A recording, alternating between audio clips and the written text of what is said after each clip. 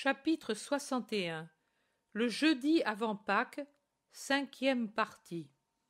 Ils ne brillent sûrement pas par leur héroïsme, ceux qui suivent Jésus. La nouvelle apportée par Judas ressemble à l'apparition d'un épervier au-dessus d'une cour remplie de poussins ou d'un loup à proximité d'un troupeau. Épouvante, ou pour le moins trouble, se lit sur les 9/10 des visages de ceux qui sont là, et spécialement des hommes. Je crois que plusieurs ont déjà l'impression du fil de l'épée ou de la flagellation, et le moins qu'ils imaginent, c'est de connaître les secrets des prisons en attendant un procès. Les femmes sont moins agitées. Plus qu'agitées, elles se font du souci pour leur fils ou leur mari, et elles conseillent aux uns et aux autres de s'égayer par petits groupes en se dispersant dans les campagnes. Marie de Magdala s'élève contre ce flot de crainte exagérée. « Oh, que de gazelles il y a en Israël! Vous n'avez pas honte de trembler ainsi? Je vous ai dit que dans mon palais vous serez plus en sûreté que dans une forteresse. Venez donc, je vous donne ma parole qu'il ne vous arrivera rien de rien. Si, en plus de ceux que Jésus a désignés, il y en a d'autres qui pensent être en sécurité dans ma maison, qu'ils viennent. Il y a des lits et des couchettes pour une centurie. Allons, décidez-vous au lieu de mourir de peur. Je prie seulement Jeanne de nous faire suivre par des serviteurs avec des vivres, car au palais il n'y en a pas pour tant de monde, et maintenant le soir arrive. Un bon repas est le meilleur remède pour redonner du courage aux peureux. Elle n'est pas seulement imposante dans son habit blanc, mais suffisamment d'ironie brille dans ses yeux splendides, alors que du haut de sa taille, elle regarde le troupeau apeuré qui se presse dans le vestibule de Jeanne. Jeanne dit « Je m'en occupe tout de suite. Allez donc.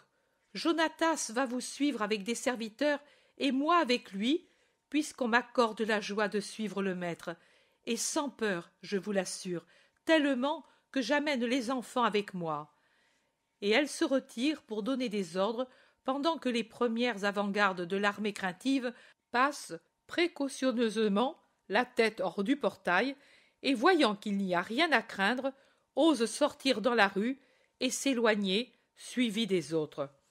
Le groupe des vierges est au milieu, immédiatement après Jésus, qui est dans les premiers rangs. En arrière, en arrière des vierges, les femmes, et puis les moins courageux qui sont protégés par Marie de Lazare, qui s'est jointe aux Romaines, décidées à ne pas se séparer de sitôt de Jésus. Mais ensuite, Marie de Lazare court en avant pour dire quelque chose à sa sœur, et les 7 Romaines restent avec Sarah et Marcella, restées elles aussi à l'arrière-garde sur l'ordre de Marie et dans l'intention de faire passer les 7 Romaines encore plus inaperçues. Arrive à pas rapide Jeanne avec les enfants qu'elle tient par la main. Derrière elle, Jonatas avec les serviteurs chargés de sacs et de paniers qui se mettent en queue de la petite troupe. En réalité, personne ne les remarque car les rues fourmillent de groupes qui rejoignent leur maison ou leur campement. D'ailleurs, la pénombre rend les visages moins faciles à reconnaître. Maintenant, Marie de Magdala, avec Jeanne, Anastasica et Élise, est tout à fait au premier rang et, par des chemins secondaires, elle conduit ses hôtes à son palais. Jonatas chemine, pour ainsi dire, au niveau des Romaines, auxquelles il adresse la parole comme à des servantes des disciples les plus riches. Claudia en profite pour lui dire « Homme, je te prie d'aller appeler le disciple qui a apporté la nouvelle. Dis-lui de venir ici et dis-le de manière à ne pas attirer l'attention. Va !» Le vêtement est modeste, mais c'est le ton involontairement impératif de quelqu'un habitué au commandement. Jonatas écarquille les yeux en essayant de voir à travers le voile baissé qui lui parle ainsi, mais il ne peut voir que l'éclat des yeux autoritaires. Pourtant, il doit se rendre compte que ce n'est pas une servante, la femme qui lui parle, et il s'incline avant d'obéir. Il rejoint Judas de Kériote qui parle avec animation avec Étienne et Timon, et il le tire par son vêtement.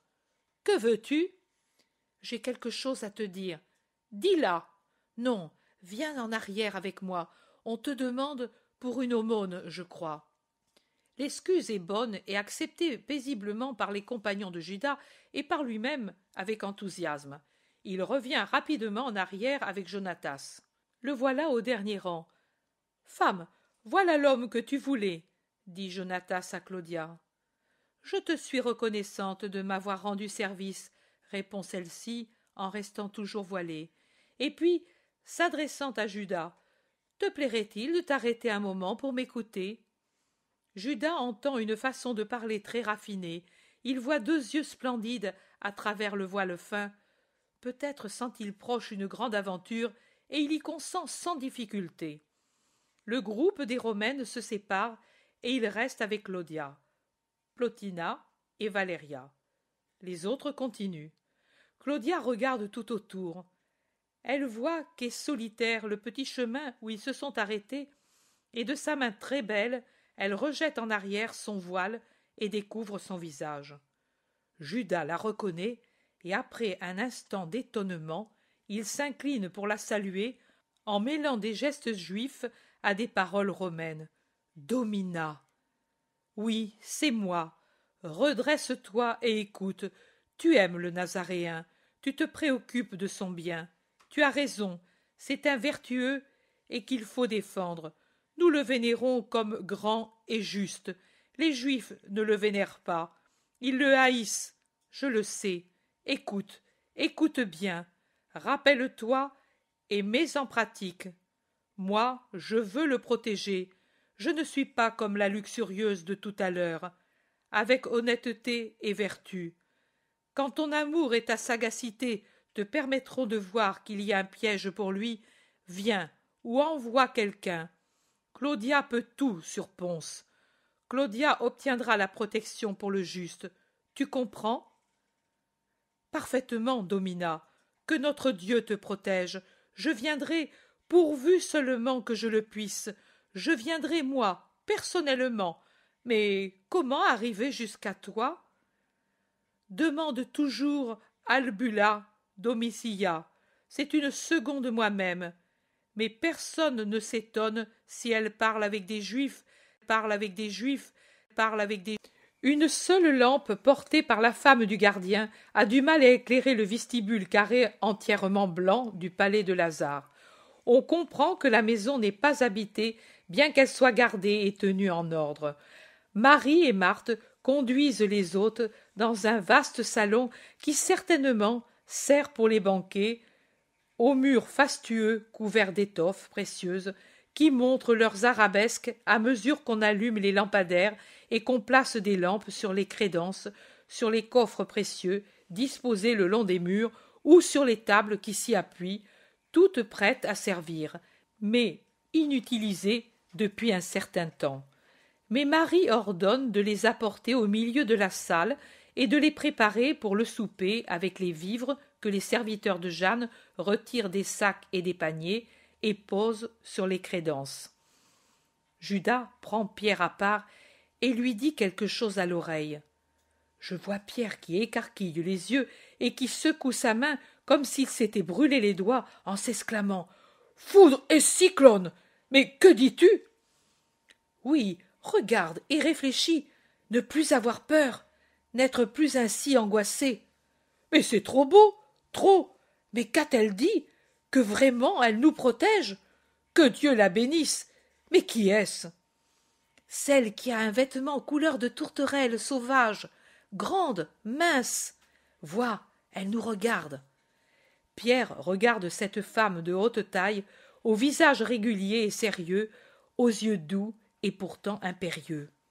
Et comment as-tu fait pour lui parler? Tu n'as pas eu... Non, pas du tout. Et pourtant tu as hissé les contacts avec eux, comme moi, comme tous.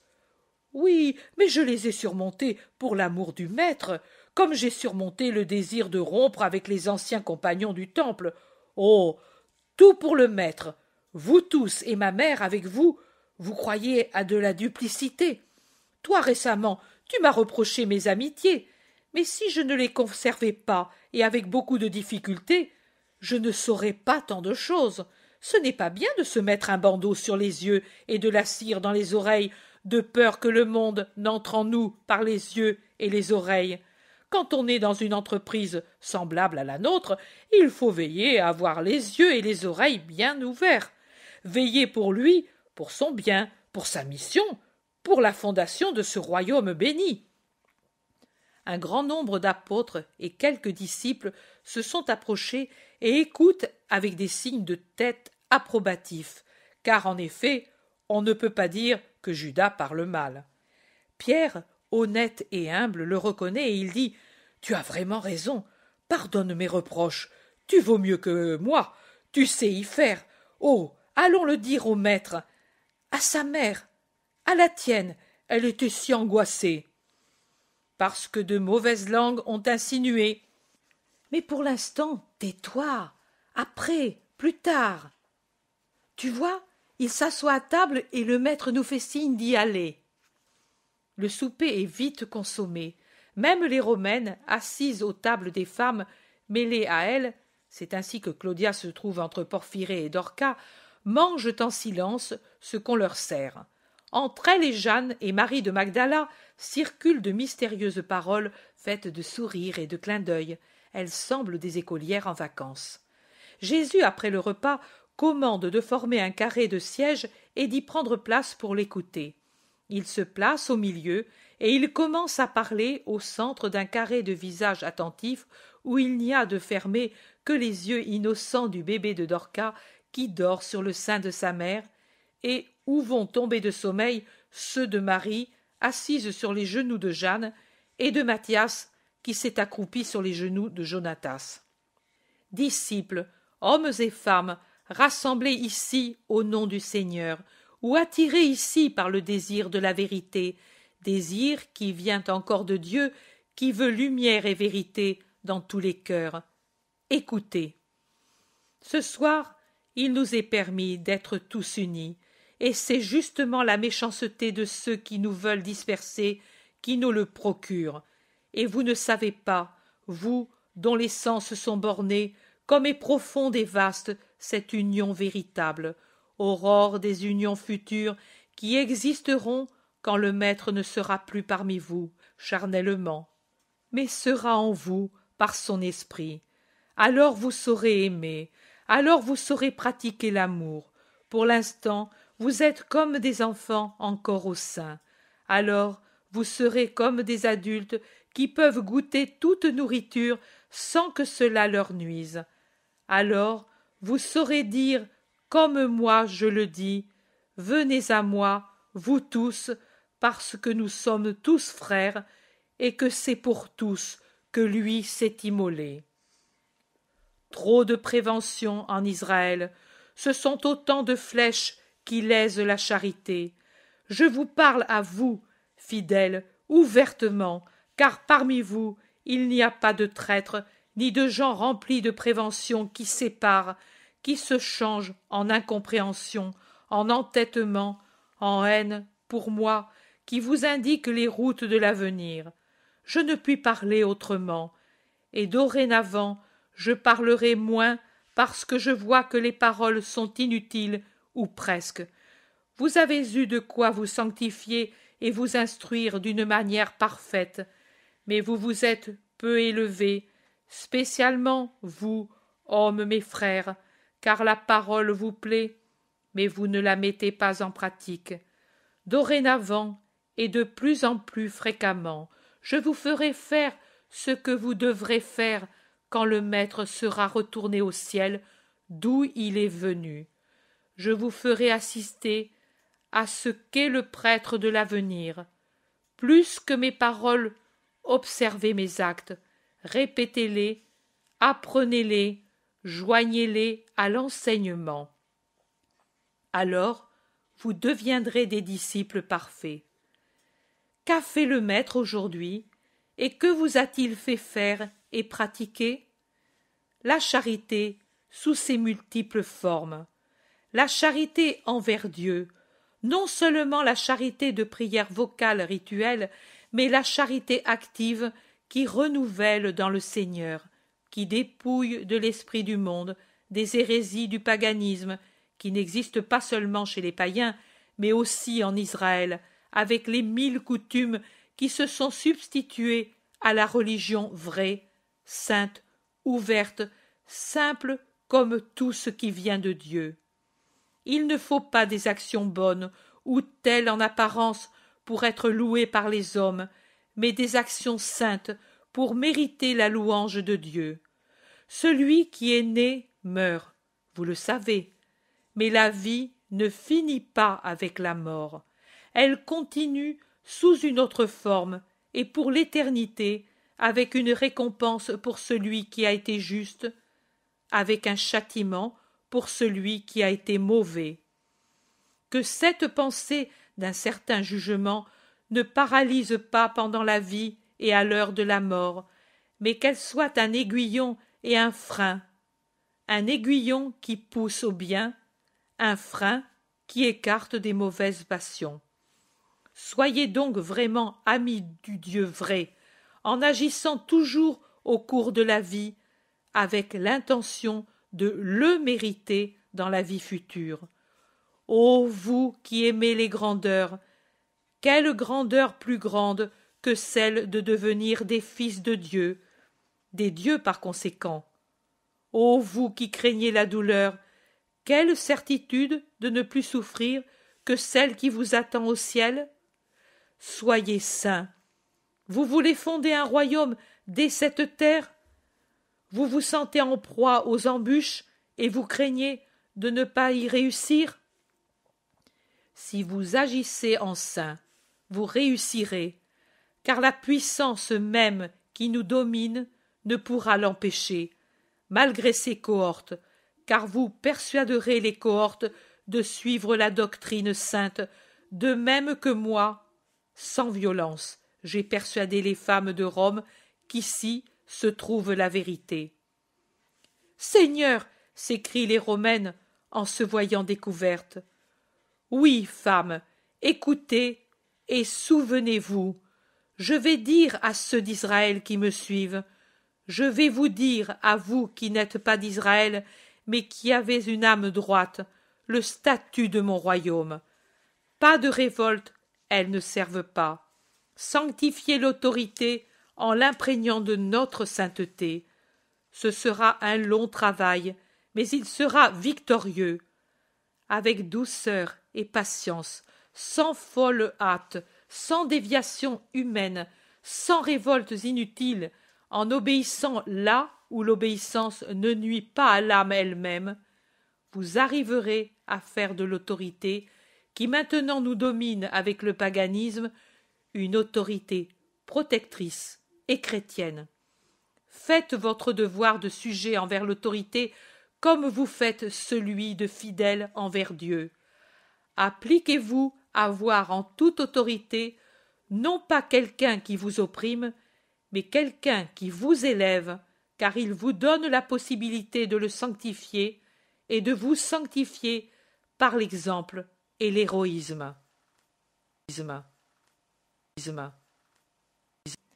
De même que vous êtes de bons fidèles et de bons citoyens, efforcez-vous d'être de bonnes épouses, de bons maris, saints, chastes, obéissants, affectueux l'un pour l'autre, unis pour élever vos enfants dans le Seigneur, pour être paternels et maternels même avec les serviteurs et les esclaves qui, eux aussi, ont une âme et une chair, des sentiments et des affections, comme vous les avez.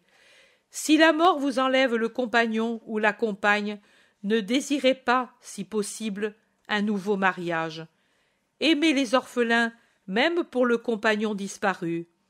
Et vous, serviteurs, soyez soumis aux maîtres, et s'ils sont imparfaits, sanctifiez-les par votre exemple. Vous en aurez un grand mérite aux yeux du Seigneur.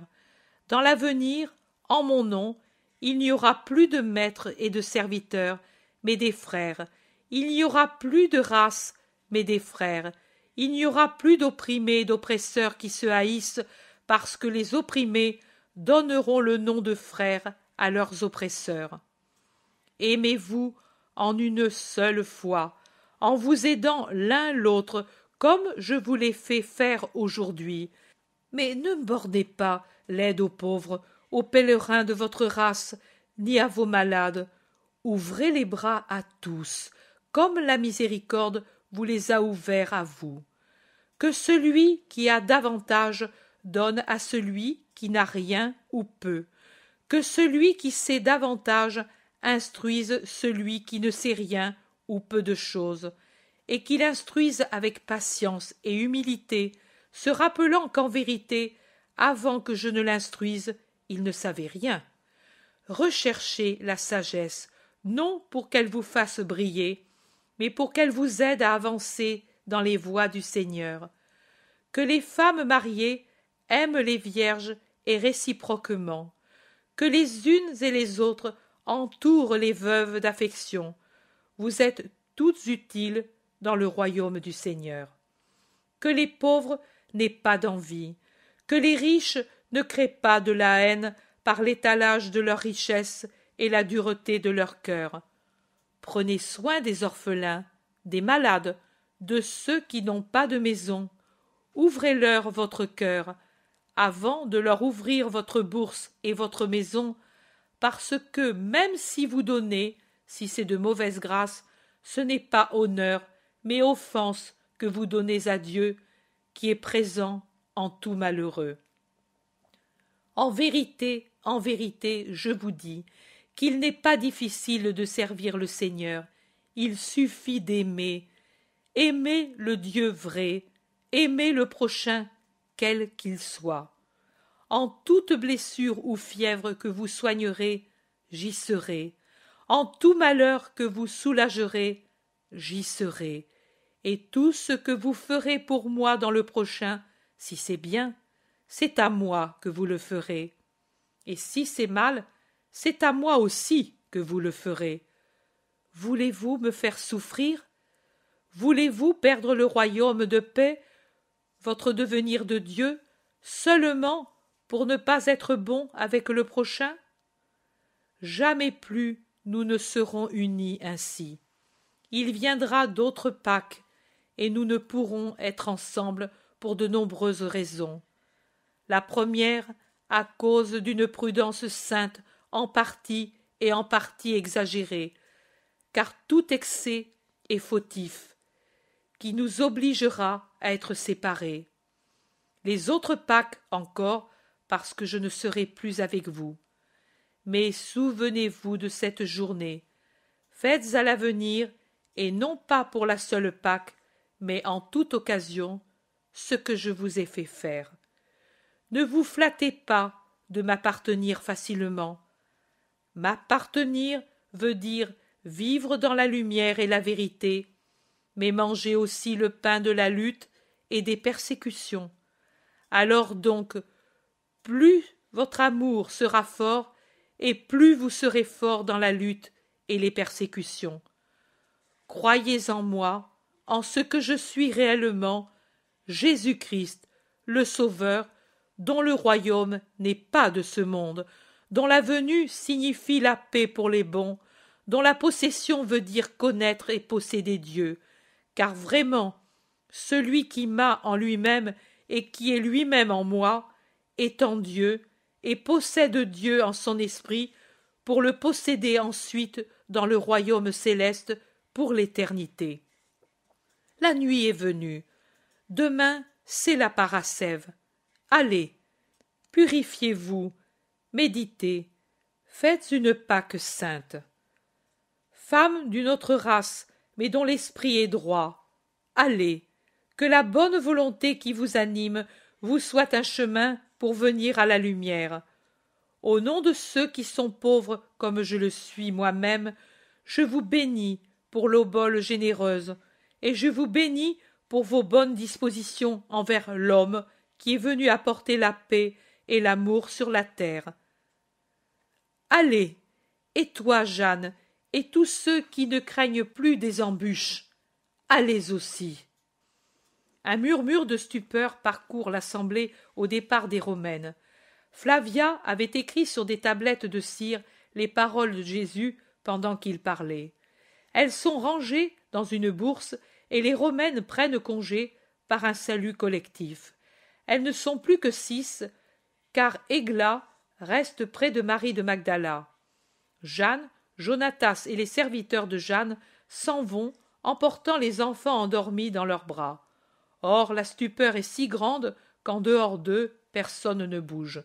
Mais quand le bruit du portail qui se ferme indique que les Romaines sont sorties, une clameur succède au murmure. « Mais qui sont-ce? Comment sont-elles parmi nous? Qu'ont-elles fait ?» Et par-dessus tous, Judas crie. « Comment connais-tu, Seigneur, la riche obole qu'elles m'ont donnée ?» D'un geste, Jésus apaise le tumulte et il dit « C'est Claudia et ces dames. » Et alors que les autres dames d'Israël, craignant la colère de leur mari, ou avec la même pensée et les mêmes sentiments que leur mari, n'osent pas venir à ma suite, les païennes qu'on méprise, avec de saintes ruses, savent venir apprendre la doctrine qui, même reçue pour l'instant avec des sentiments humains, sert toujours à les élever. Et cette fillette, qui était esclave, mais de race juive, est la fleur offerte par Claudia aux troupes du Christ, en la rendant à la liberté et en la donnant à la foi du Christ, pour ce qui concerne ce que je sais de l'obole. Ô Judas, tous, sauf toi, pourraient me poser cette question. Tu sais que moi, je vois dans les cœurs. Alors, tu as vu que j'ai dit la vérité, quand j'ai parlé d'un piège que j'ai éventé en allant faire parler des êtres coupables. C'est vrai. Dis-le alors bien fort, pour que ma mère l'entende. Mère, je suis un garçon, mais pas un scélérat. Mère, faisons la paix, comprenons-nous, aimons-nous, unis dans le service pour notre Jésus. Et Judas, humble et affectueux, va embrasser sa mère qui lui dit « Oui, mon enfant, oui, mon Judas, bon, bon, sois toujours bon, ô mon enfant, pour toi, pour le Seigneur, pour ta pauvre maman. » Pendant ce temps, plusieurs dans la salle s'agitent et font des commentaires, et beaucoup déclarent que c'est une imprudence d'avoir accueilli les Romaines, et le reprochent à Jésus. Judas écoute, et il quitte sa mère pour défendre le maître. Il raconte sa conversation avec Claudia, et dit pour finir « Ce n'est pas une aide méprisable, et même ne l'ayant pas reçue auparavant parmi nous, nous n'avons pas évité la persécution. Laissons-la faire, et rappelez-vous bien qu'il vaut mieux ne pas en parler avec n'importe qui. Pensez que si c'est dangereux pour le maître, ce ne l'est pas moins pour nous d'être amis des païens. Le Sanhédrin, qui au fond est retenu par peur de Jésus, par un reste de crainte de lever la main sur loin de Dieu, n'aurait pas tant de scrupules de nous tuer comme des chiens, nous qui sommes de pauvres hommes quelconques. Au lieu de faire ces visages scandalisés, rappelez-vous que tout à l'heure vous étiez comme autant de moineaux effarouchés, et bénissez le Seigneur de nous aider par des moyens imprévus, illégaux si vous voulez, mais si puissants pour fonder le royaume du Messie. Nous pourrons tout si Rome nous défend. Oh, moi, je ne crains plus. C'est un grand jour qu'aujourd'hui. Plus que pour toutes les autres choses, pour celle-là. Ah, quand tu seras le chef, quel pouvoir doux, fort, béni, quelle paix, quelle justice, le royaume fort et bienveillant du juste, et le monde qui vient lentement à lui, les prophéties qui se réalisent, les foules, les nations, le monde à tes pieds. Ô maître, mon maître, toi, roi, nous tes ministres, sur la terre la paix, dans le ciel la gloire, Jésus-Christ de Nazareth, roi de la race de David, Messie, sauveur, je te salue et je t'adore. Et Judas, qui semble en extase, se prosterne en disant pour finir « Sur la terre, au ciel et jusque dans les enfers, ton nom est connu et ton pouvoir sans limite. Quelle force peut te résister, ô agneau et lion, prêtre et roi, saint, saint, Saint! Et il reste courbé jusqu'à terre dans la salle muette de stupeur, de stupeur, de stupeur, de stu... Chapitre 62. La parascève. Première partie le matin. Dans le palais de Lazare, transformé en dortoir pour cette nuit, on voit des hommes qui dorment un peu partout. On ne voit pas de femmes. Peut-être les a-t-on conduites dans les pièces au-dessus. L'aube claire blanchit lentement la ville, pénètre dans les cours du palais, éveille les premiers pépillements timides dans les feuillages des arbres qui les ombragent, et les premiers roucoulements des pigeons qui dorment dans l'encadrement de la corniche. Mais les hommes ne s'éveillent pas. Fatigués et rassasiés de nourriture et d'émotions, ils dorment et rêvent. Jésus sort sans bruit dans le vestibule et passe de là dans la cour d'honneur. Il se lave à une source claire qui chante en son milieu dans un carré de myrte au pied duquel il y a de petits lys très semblables à ce qu'on appelle des muguets français. Il met de l'ordre dans sa toilette et, toujours sans faire de bruit, il se dirige vers l'escalier qui mène aux étages supérieurs et à la terrasse au-dessus de la maison. Il monte là-haut pour prier, pour méditer. Il va et vient lentement, et il n'y a pour le voir que les pigeons qui, en allongeant le cou et en s'inclinant, semblent se demander l'un à l'autre « Qui est celui-ci » Puis il s'appuie au muret et se tient recueilli en lui-même, immobile.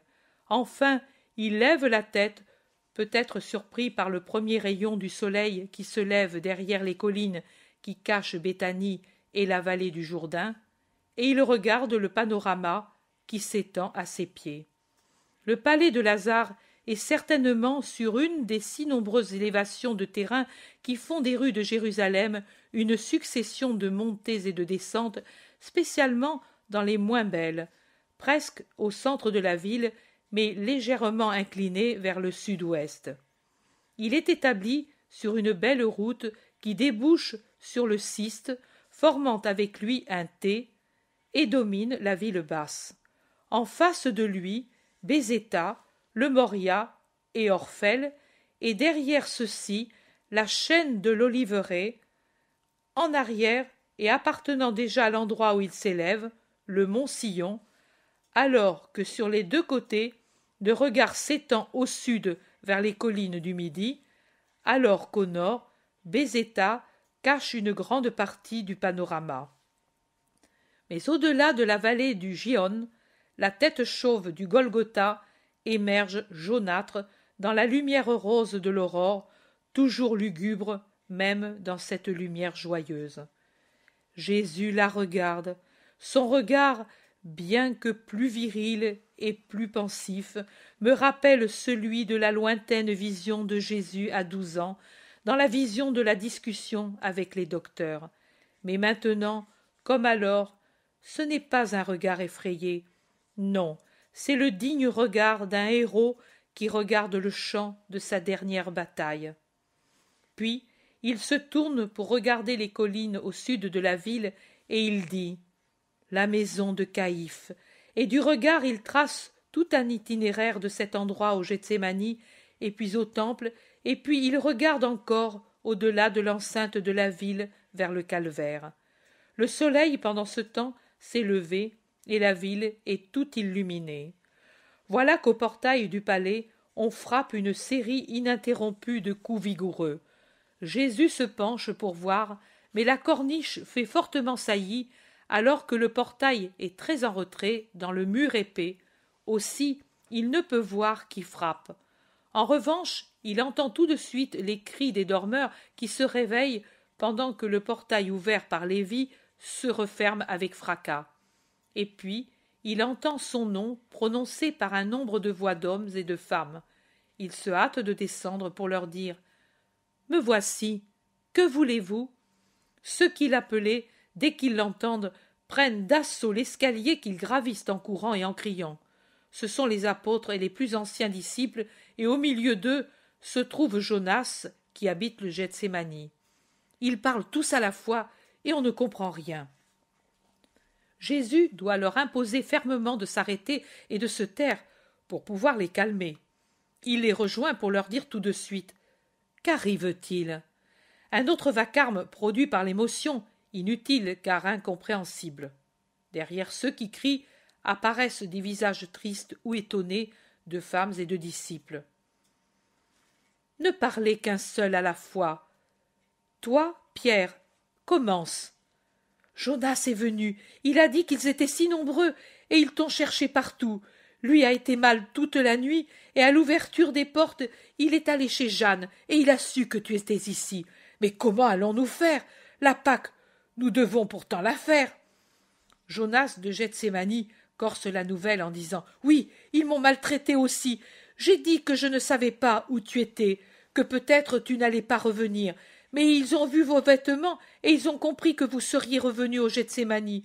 Ne me fais pas de mal, maître. Je t'ai toujours logé avec amour. Et cette nuit, j'ai souffert à cause de toi. Mais... N'aie pas peur. Je ne te mettrai plus en danger dorénavant. Je ne séjournerai plus dans ta maison. Je me bornerai à venir en passant, pendant la nuit, pour prier. Tu ne peux pas me le défendre. » Jésus est très doux envers Jonas de Gethsémani, tout apeuré. Mais la voix d'or de Marie de Magdala l'interrompt avec véhémence. « Depuis quand, ô homme, as-tu oublié que tu es serviteur et que c'est notre condescendance qui te permet de te donner des airs de maître? À qui appartiennent la maison et l'oliveraie? Il n'y a que nous qui puissions dire au rabbi « Ne viens pas faire du tort à nos biens », mais nous ne le disons pas, parce que ce serait un très grand bien si pour le chercher, lui, les ennemis du Christ détruisaient les arbres, les murs, et même faisaient crouler les corniches, car tout serait détruit pour avoir reçu à demeure l'amour, et l'amour donnerait son amour à nous, ses fidèles amis. Mais qu'ils viennent, qu'ils détruisent, qu'ils piétinent, qu'est-ce que cela fait? Il suffit qu'ils nous aiment et qu'ils soient indemnes. Jonas est pris entre la peur des ennemis et celle de sa fougueuse maîtresse, et il murmure « Et s'ils font du mal à mon fils ?» Jésus le réconforte. « Ne crains pas, te dis-je, je ne séjournerai plus. Tu peux dire à ceux qui le demandent que le Maître n'habite plus au Gethsémani. Non, Marie, c'est bien ainsi. Et laisse-moi faire. Je te suis reconnaissant de ta générosité, mais ce n'est pas mon heure, ce n'est pas encore mon heure. Je suppose qu'il y avait des pharisiens, et des sanétristes, et des hérodiens, et des sadducéens, et des soldats d'Hérode, et tous, je ne puis m'empêcher de trembler de peur. Pourtant, tu le vois, Seigneur, je suis accouru pour te prévenir. Chez Jeanne, puis ici. L'homme tient à faire remarquer que c'est en risquant sa tranquillité qu'il a fait son devoir envers le Maître. Jésus sourit d'une bonté compatissante, et il dit « Je le vois, que Dieu t'en récompense. Maintenant, va en paix à ta maison. Je t'enverrai dire où envoyer les sacs, ou j'enverrai moi-même quelqu'un pour les prendre. » L'homme s'en va, et, sauf Jésus et Marie très sainte, personne ne lui épargne les reproches et les moqueries. Salés sont ceux de Pierre, très salés ceux de l'Iscariote, ironiques ceux de Barthélemy. Jude Thaddée ne parle pas, mais lui jette un de ses regards. Les murmures et les regards de reproche l'accompagnent même dans les rangs des femmes, pour se terminer à la fusée finale de Marie de Magdala qui, à l'inclination du serviteur paysan, répond « Je ferai savoir à Lazare que pour le banquet, il aille se procurer des poulets bien engraissés sur les terres de Gethsémani. Je n'ai pas de poulailler, maîtresse. Toi, Marc et Marie, 3 magnifiques chapons. » Tout le monde se met à rire pour cette sortie sans douceur et expressive de Marie de Lazare, qui est furieuse de voir apeurer des gens qui dépendent d'elle, et la privation du maître, obligé de renoncer au doux nid de Gethsémani. Ne te fâche pas, Marie. Paix, tout le monde n'a pas ton cœur. Oh non, malheureusement, si tous avaient mon cœur, Rabouni, les lances elles-mêmes et les flèches décochées contre moi ne me sépareraient pas de toi. » Un murmure parmi les hommes. Marie le saisit, et elle répond vivement. « Oui, nous le verrons, et espérons que ce sera bientôt, si cela peut servir à vous apprendre le courage. Rien ne me fera peur, si je puis servir mon rabbi. Servir, oui, servir, et c'est aux heures du danger que l'on sert, frère. Aux autres, oh, aux autres, ce n'est pas servir, c'est jouir, et ce n'est pas pour le plaisir que l'on doit suivre le Messie. » Les hommes baissent la tête, piqués par cette vérité. Marie traverse les rangs et vient en face de Jésus. « Que décides-tu, maître? C'est la parascève. Où sera ta Pâque? Commande, et si j'ai trouvé grâce auprès de toi, permets-moi de t'offrir un de mes cénacles, de penser à tout. » Tu as trouvé grâce auprès du Père des cieux, grâce donc auprès du Fils du Père, auquel est sacré tout mouvement du Père. Mais si j'accepte le cénacle, laisse-moi aller au temple pour immoler l'agneau en bon israélite. « Et s'ils t'arrêtent ?» disent plusieurs. « Ils ne me prendront pas. La nuit, dans l'obscurité, comme font les scélérats, ils peuvent l'oser. Mais au milieu des foules qui me vénèrent, non, ne devenez pas lâches. »« Oh, puis maintenant il y a Claudia !» crie Judas. « Le roi et le royaume ne sont plus en péril. » « Judas, je t'en prie, ne les fais pas crouler en toi, ne leur dresse pas d'embûches en toi. Mon royaume n'est pas de ce monde, je ne suis pas un roi comme ceux qui sont sur les trônes. Mon royaume est spirituel. Si tu l'abaisses à la mesquinerie d'un royaume humain, tu lui dresses des embûches et tu le fais crouler en toi. » « Mais Claudia !»« Claudia est une païenne. Elle ne peut donc connaître la valeur de l'esprit. C'est beaucoup si elle voit et appuie celui qui, pour elle, est un sage. Beaucoup en Israël ne me prennent même pas pour un sage. Mais tu n'es pas païen, mon ami. Ta rencontre providentielle avec Claudia fait qu'elle ne devienne pas pour toi un dommage. De même qu'il ne faut pas te comporter de telle sorte qu'un don de Dieu destiné à raffermir ta foi et ta volonté de servir le Seigneur devienne pour toi un malheur spirituel. « Et comment cela serait-il possible, Seigneur ?» « Facilement, et pas en toi seulement.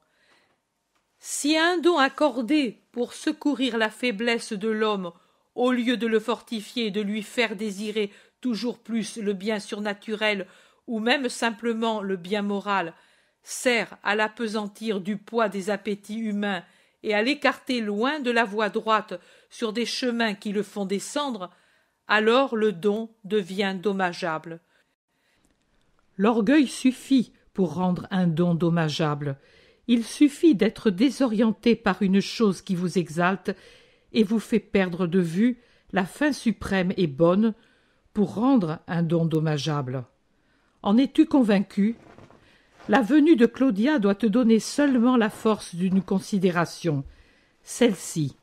Si une païenne a senti la grandeur de ma doctrine et la nécessité de son triomphe, toi, et avec toi, tous les disciples, c'est avec une plus grande force que vous devez sentir tout cela, et, en conséquence, vous y donner tout entier.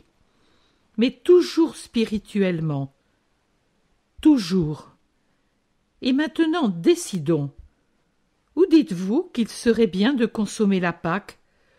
Je veux que votre esprit soit en paix pour cette scène rituelle, pour entendre Dieu qu'on n'entend pas dans le trouble. Nous sommes nombreux, mais il me serait doux que nous soyons tous ensemble pour vous faire dire « Nous avons consommé une Pâque avec lui ». Choisissez donc un endroit où nous divisons selon les règles rituelles, de façon à former des groupes suffisants pour consommer chacun son propre agneau, on puisse pourtant dire « Nous étions unis » et chacun pouvait entendre la voix de l'autre frère. On nomme tel et tel autre endroit. Mais les sœurs de Lazare l'emportent. « Ô Seigneur, Ici, nous enverrons prendre notre frère. Ici, nombreuses sont les salles et les pièces. Nous serons ensemble en suivant le rite. Accepte, Seigneur. Le palais a des salles qui peuvent recevoir 200 personnes réparties par groupe de 20. Et nous ne sommes pas si nombreux. Fais-nous ce plaisir, Seigneur, pour notre Lazare, si triste, si malade. Et les deux sœurs pleurent en terminant. Qu'on ne peut penser qu'il fasse une autre Pâque. Qu'en dites-vous? Pensez-vous qu'il faut l'accorder aux sœurs si bonnes? Dit Jésus en s'adressant à tout le monde. Moi, je dirais oui, dit Pierre. Moi aussi, dit l'Iscariote, en même temps que beaucoup d'autres. Ceux qui ne disent rien consentent. Chargez-vous-en alors, et nous, allons au temple pour montrer que celui qui est sûr d'obéir au Très-Haut n'a pas peur et n'est pas lâche. Allons, et ma paix à ceux qui restent. Jésus descend le reste de l'escalier, traverse le vestibule et sort avec les disciples dans la rue pleine de monde. Chapitre 63. La parascève, deuxième partie, au temple. Jésus entre dans le temple et dès les premiers pas qu'il y fait, il est facile de comprendre les sentiments des âmes envers le Nazaréen. Regard mauvais, ordre pour les gardes du temple de surveiller le perturbateur, et donner ouvertement, pour que tous voient et entendent, parole de mépris pour ceux qui sont avec lui, et même heure volontairement donnée à des disciples. En résumé, la haine est telle que les splendides pharisiens, scribes et docteurs prennent des poses et ont des manières de débardeurs, et pire encore. Ils ne pensent pas, tellement ils sont aveuglés par la haine, qu'ils s'avilissent au plus haut point en agissant ainsi. Jésus passe tranquillement, comme si cette attitude ne le concernait même pas. Il est le premier à saluer dès qu'il voit un personnage qui, pour son rang dans le temple ou par son autorité, est un supérieur du monde hébraïque. Et si quelqu'un ne répond pas au salut respectueux que Jésus lui adresse, Jésus ne change pas pour cela son comportement. Certes, son visage, quand il passe de l'un de ces orgueilleux à l'un ou à plusieurs de ces humbles si nombreux, change d'expression, et nombreux sont les mendiants et les pauvres malades qu'il a rassemblés hier et qui, par une chance impensable qu'ils ont eue, peuvent faire une Pâque comme peut-être depuis des années ils n'en faisaient pas, et qui, réunis en petits groupes, en petites compagnies formées spontanément, s'en vont acheter les agneaux à immoler, heureux d'être, eux les délaissés, égaux aux autres pour leurs vêtements et leurs moyens. Alors son visage s'épanouit en un très doux sourire, et il s'arrête avec bienveillance pour écouter leurs propos, leurs récits étonnés, leurs bénédictions. Vieillards, enfants, veuves, infirmes hier, aujourd'hui guéris, misérables hier, déchirés, affamés, délaissés, aujourd'hui bien vêtus, et heureux d'être comme les autres hommes pendant les journées de la grande fête des azymes. Les voix très variées, depuis celles argentines des petits jusqu'à celles tremblantes des vieillards, et, au milieu des deux extrêmes, les voix émues des femmes, saluent, accompagnent, suivent Jésus. Les baisers pleuvent sur ses vêtements, sur ses mains. Jésus sourit et bénit, pendant que ses ennemis, livides de dépit autant que lui est lumineux de paix, se rongent de colère impuissante. J'entends des fragments de conversation. « Tu parles bien, toi, mais si nous passions à des voix de fée, eux, et un pharisien montre le peuple qui entoure Jésus, nous mettraient en morceaux. » Pensez, dit un homme qui était peut-être hier infirme et mendiant, il nous a recueillis, rassasiés, vêtus, guéris, et beaucoup ont trouvé travail et assistance par l'intermédiaire des disciples riches. Mais c'est par lui que tout est venu, que Dieu le sauve toujours. Je crois bien. C'est ainsi qu'il achète le menu peuple, ce séditieux, pour le lancer contre nous, murmure entre ses dents un scribe qui parle à un collègue. Une de ses disciples a pris mon nom et m'a dit d'aller chez elle après la Pâque. Elle me conduira dans ses propriétés à Béthère. Tu comprends, femme, mes enfants et moi, je vais travailler. Mais qu'est-ce qu'un travail protégé et sûr? C'est de la joie. Et mon Lévi ne s'éreintera pas aux travaux agricoles, car la disciple qui nous prend le met au roseraie. Un jeu, je te dis. Ah, que l'Éternel donne gloire et bien à son Messie, dit la veuve de la plaine de Saron à une Israélite aisée qui l'interroge. Oh, et moi je ne pourrais pas? Vous êtes tous placés maintenant, vous qui l'a rassemblé hier, dit la riche Israélite. Non, femme, il y a encore d'autres veuves avec des enfants et d'autres hommes. Je voudrais lui dire qu'il me fasse la grâce de l'aider. Appelle-le. Je n'ose pas. Va, toi, mon Lévi, dire qu'il y a une femme qui veut lui parler. L'enfant s'y rend vivement et rapporte la chose à Jésus.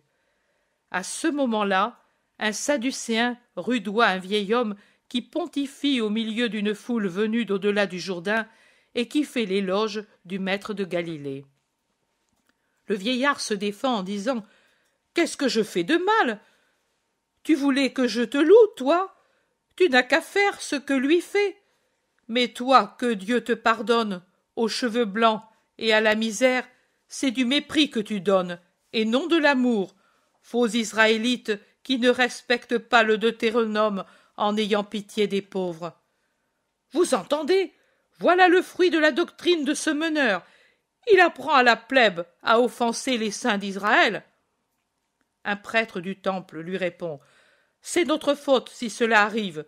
Nous nous bornons aux menaces sans les traduire en actes. » Pendant ce temps, Jésus dit à la femme d'Israël « Si tu veux t'employer vraiment à être une mère pour les orphelins et une sœur pour les veuves, va au palais de Chouza, au Ciste. Dis à Jeanne que c'est moi qui t'envoie. Va, et que tes terres soient fertiles comme celles de l'Éden à cause de ta pitié, et que fertile devienne ton cœur dans un amour toujours plus grand pour ton prochain. » Jésus voit à ce moment-là les gardes traîner le vieillard qui avait parlé auparavant. Il crie « Que faites-vous à ce vieil homme? Et qu'est-ce qu'il a fait? » Il a insulté les officiers qui le réprimandaient. « Ce n'est pas vrai. Un Sadducéen m'a maltraité parce que je parlais de toi à ces pèlerins. Et comme il avait levé la main sur moi parce que je suis vieux et pauvre, je lui ai dit qu'il était un faux Israélite qui piétine les paroles du Deutéronome. Relâchez ce vieil homme, il est avec moi. C'est la vérité qui était sur ses lèvres, pas la sincérité, la vérité. Dieu, s'il parle par les lèvres des petits enfants, parle aussi par les lèvres des vieillards. Il est dit « Ne méprise pas l'homme dans sa vieillesse, parce qu'ils sont des nôtres, ceux qui vieillissent. » Et encore, ne méprise pas les paroles de ceux qui sont âgés et sages, que leurs maximes te soient familières, car c'est d'eux que tu apprendras la sagesse et les enseignements de l'intelligence. Et encore, là où il y a des vieillards, ne parle pas beaucoup. Que se souvienne de cela Israël, cette partie d'Israël qui prétend être parfaite, car autrement le Très-Haut a la possibilité de la démentir. Père, viens à côté de moi. Le pauvre vieux va vers Jésus, alors que les Sadducéens, frappés par le reproche, s'en vont en colère. En colère. En colère. Une femme dit « Je suis une femme hébraïque de la diaspora, ô roi attendu. Pourrais-je te servir comme cette femme que tu as envoyée chez Jeanne ?» dit une femme qui me paraît tout à fait celle appelée Nique, qui essuya le visage de Jésus sur le Golgotha et en eut le suaire. Mais ces femmes de Palestine se ressemblent beaucoup entre elles, et, à quelques mois de cette vision, je pourrais me tromper. Jésus la regarde. Il voit une femme d'environ 40 ans, une femme bien vêtue, d'allure franche. Il lui demande « Tu es veuve, n'est-ce pas ?» « Oui, et sans enfant. Je suis revenue récemment et j'ai acquis des terres à Jéricho pour être à proximité de la cité sainte. Mais maintenant, je vois que tu es plus grand qu'elle, et je te suis, et je te prie de me prendre pour servante. Je te connais par tes disciples, mais tu dépasses ce qu'ils m'ont dit. » « C'est bien. Mais que veux-tu, au juste ? » « T'aider dans les pauvres, et comme je puis te faire aimer et connaître. Je connais beaucoup de colonies de la diaspora, car j'ai suivi mon mari dans ses affaires commerciales. J'ai des moyens, et je me contente de peu. Je peux faire beaucoup par conséquent, et je veux faire beaucoup pour ton amour, et pour aider l'esprit de celui qui m'a prise vierge il y a 20 ans, et qui a été pour moi un compagnon aimable jusqu'à son dernier soupir. Il me le disait en mourant, il paraissait prophétiser. À ma mort, confie à la tombe la chair qui t'a aimé, et va dans notre patrie. Tu trouveras le promis. Oh, tu le verras, cherche-le, suis-le, c'est lui le Rédempteur, et celui qui ressuscite, et il m'ouvrira les portes de la vie. Sois bonne pour m'aider à être prêt quand il ouvrira les cieux à ceux qui n'ont plus de dette envers la justice, et sois bonne pour mériter de le rencontrer sans tarder. Jure que tu le feras, et que tu changeras les larmes stériles du veuvage en une courageuse activité. Prends Judith comme exemple, ô mon épouse, et toutes les nations connaîtront ton nom. Mon pauvre époux, moi je demande seulement que toi tu me connaisses. Je te connaîtrai comme une bonne disciple. Va, toi aussi, chez Jeanne, et que Dieu soit avec toi. » Ennuyeux comme des abeilles, les ennemis de Jésus reviennent à l'assaut. Lui a fait immoler l'agneau, et il a attendu que fussent immolés ceux amenés par les disciples pour en avoir autant qu'il en faut pour un si grand nombre. Il retourne vers l'enceinte du temple. « Quand comptes-tu en finir avec tes attitudes de roi ? Tu n'es pas roi, tu n'es pas prophète. Jusqu'à quand vas-tu abuser de notre bonté ? Homme pécheur, rebelle, cause de mal pour Israël ? Combien de fois devrons-nous te dire que tu n'as pas le droit de faire le rabbi ici à l'intérieur ? Je suis venu pour immoler l'agneau. Vous ne pouvez pas m'en empêcher. Mais du reste, je vous rappelle Adonias et Salomon. Qu'ont-ils à voir ? Que veux-tu dire ? Est-ce toi, Adonias ? Non. Adonias frauduleusement se fit roi, mais la sagesse veillait et conseillait.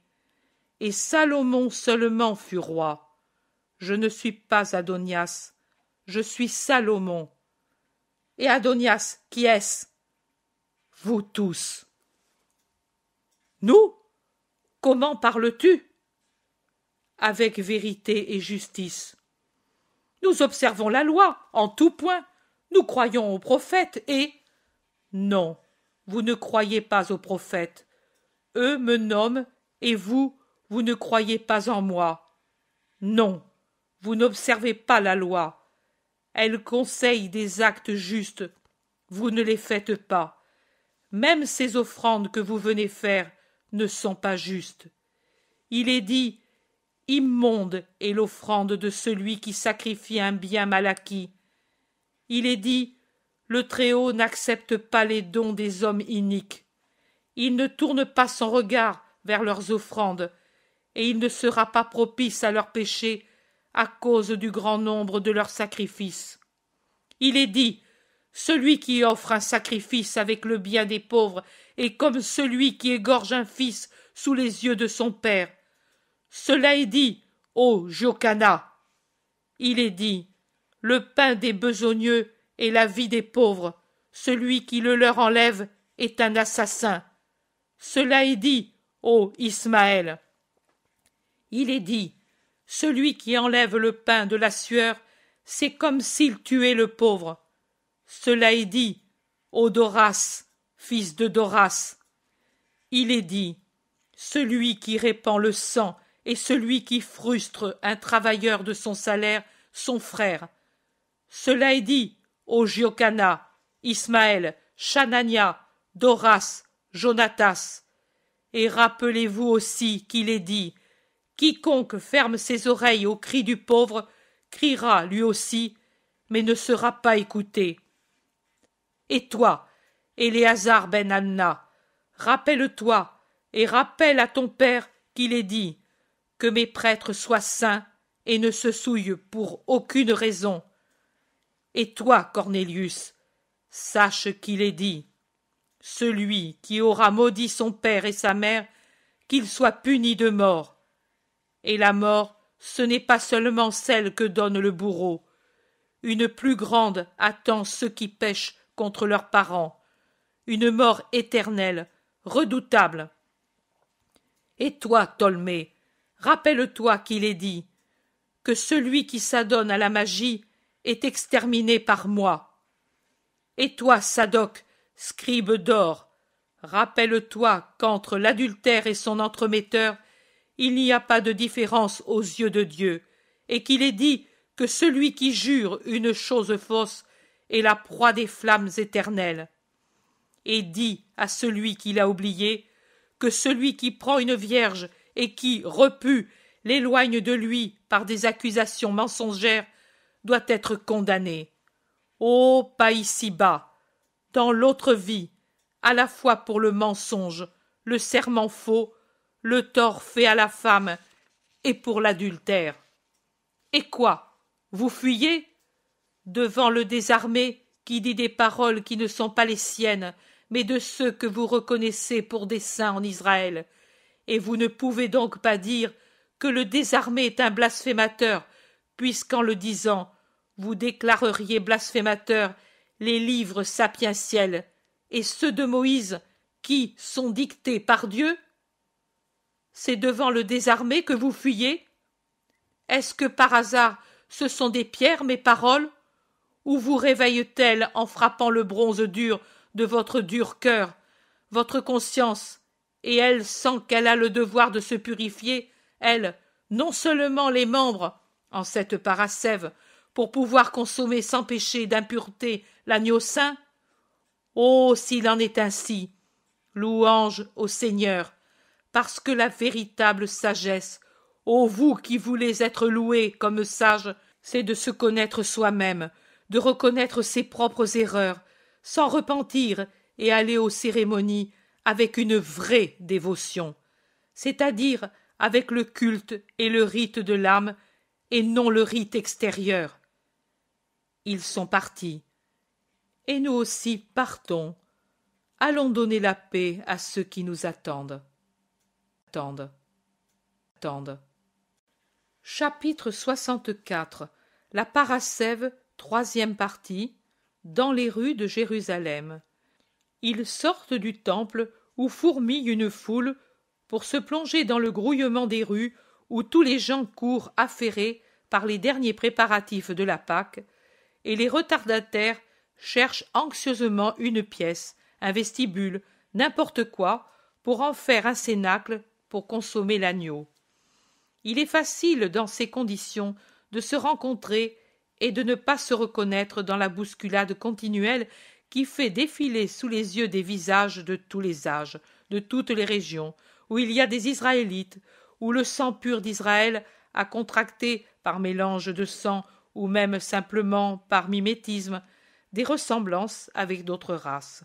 C'est ainsi que l'on voit des Hébreux de type égyptien, d'autres, avec leurs grosses lèvres, leur nez camus et leur angle facial, semblent provenir de croisements avec les Nubiens, d'autres, aux traits bien dessinés, fins, aux membres grêles, aux yeux vifs, trahissent leur appartenance aux colonies grecques ou des mélanges avec les Grecs, alors que des hommes robustes et de grande taille, au visage plutôt carré, annoncent clairement qu'ils ne sont pas tout à fait étrangers au latin. Il y en a beaucoup aussi que nous, modernes, nous dirions circassiens ou perses, avec déjà quelque chose qui rappelle les yeux mongols ou indiens dans le visage très blanc des premiers et le visage olivâtre des seconds. Un beau kaléidoscope de visages et de vêtements. L'œil en est fatigué au point qu'il finit facilement par regarder sans voir. Mais ce qui échappe à l'un est remarqué par l'autre. Il est donc compréhensible que ce qui échappe au maître, toujours un peu absorbé en lui-même quand on le laisse en paix, sans l'interroger, est remarqué par l'un ou l'autre de ceux qui sont avec lui. Et les apôtres, les plus voisins de Jésus, se montrent ce qu'ils voient et chuchotent entre eux en faisant des commentaires, très humains, sur les personnes qu'ils se montrent. Un de ces commentaires salés sur un ancien disciple qui passe raide, feignant de ne pas les voir, est remarqué par Jésus. « Pour qui dites-vous ces paroles ?» demande-t-il. « Pour ce balourd-là, indique Jacques de Zébédée. Il a feint de ne pas nous voir, et il n'est pas le seul à agir ainsi. Pourtant, quand tu devais le guérir et qu'il te cherchait, alors il savait te voir. Qu'il attrape la pustule maligne. Jacques, c'est avec ces sentiments que tu es à côté de moi et que tu te prépares à consommer l'agneau. En vérité, tu es plus incohérent que lui. Lui s'est séparé franchement quand il a senti qu'il ne pouvait pas faire ce que je disais. Toi, tu restes, mais tu ne fais pas ce que je dis. N'es-tu pas peut-être plus pécheur que lui ? Jacques rougit à en être congestionné et, mortifié, se retire en arrière de ses compagnons. « C'est que cela fait mal de les voir agir ainsi, maître, » dit Jean pour aider son frère qui a reçu les reproches. « Notre amour se révolte de voir leur manque d'amour. » « Oui, mais croyez-vous les amener à l'amour en agissant ainsi ? Impolitesse, paroles méchantes, insultes n'ont jamais amené au point où l'on devrait amener un rival ou quelqu'un qui pense autrement. C'est la douceur, la patience, la charité, la persévérance malgré tous les refus qui finissent par obtenir un résultat. Je comprends votre cœur qui souffre de ne pas me voir aimer, et je partage vos sentiments, mais je voudrais vous savoir, vous voir plus surnaturel dans vos actions et dans vos moyens pour me faire aimer. Allons, Jacques, viens ici. Ce n'est pas pour te mortifier que j'ai parlé. Comprenons-nous, aimons-nous, au moins entre nous, mes amis. Il y a déjà tant d'incompréhension et de douleur pour le Fils de l'homme. Jacques, rasséréné, revient à côté de lui. Il marche un moment en silence, puis Thomas explose en une exclamation de tonnerre. « Pourtant, c'est vraiment une honte !»« Quoi ?» demande Jésus. « Mais la lâcheté d'un si grand nombre ! Maître, ne vois-tu pas combien font semblant de ne pas te connaître ?» Et qu'est-ce que cela fait? Est-ce que leur manière de faire changera un iota de ce qui est écrit de moi? Non, ce n'est que pour eux que changera ce qui pourrait être écrit. Car dans les livres éternels, il pouvait être dit d'eux, les bons disciples, alors qu'on écrira ceux qui ne furent pas bons, ceux pour qui ne servit à rien la venue du Messie. Parole redoutable, vous savez, plus que celle de Adam avec Ève pécha. Parce que moi, je puis annuler ce péché, mais je ne pourrai pas annuler le reniement du Verbe sauveur. Tournons de ce côté.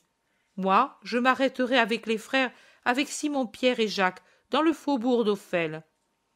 Judas de Simon restera aussi. Mais Simon le Zélote, Jean et Thomas iront au Gethsémani prendre les sacs. Pierre, encore fâché, dit « Oui, ainsi Jonas n'avalera pas son agneau de travers. » Les autres rient. « Bon, bon, ne t'étonne pas s'il a peur.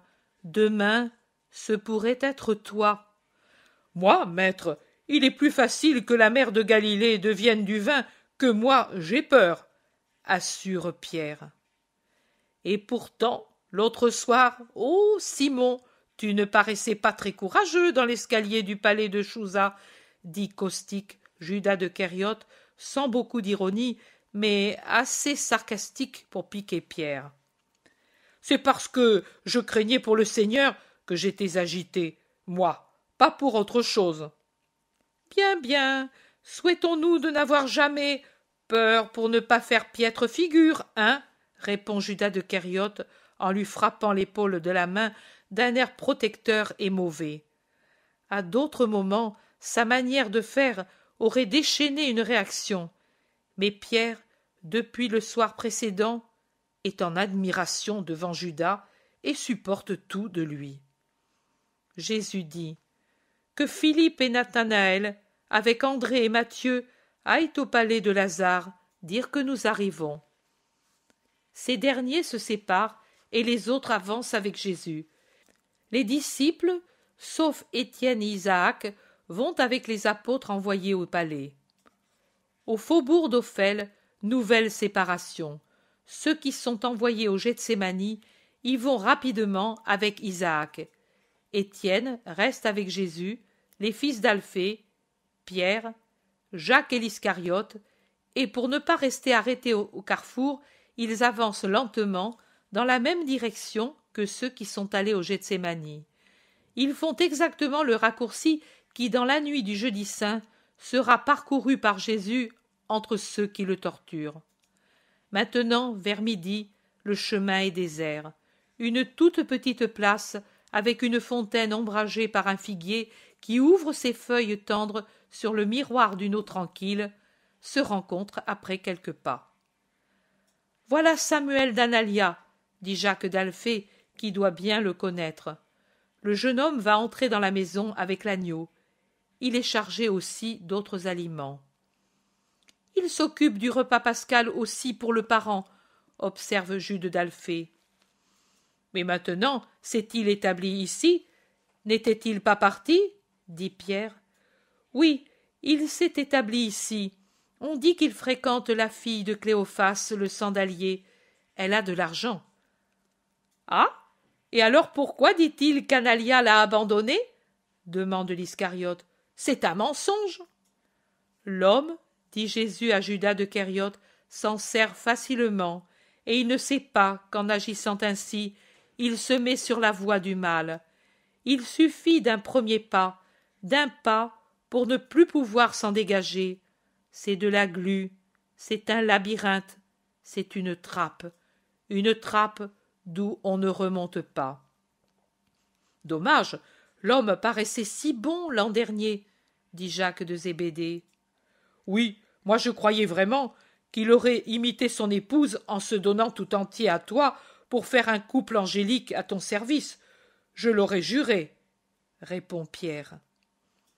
Mon Simon, ne jure jamais de l'avenir d'un homme, il n'y a rien de plus incertain.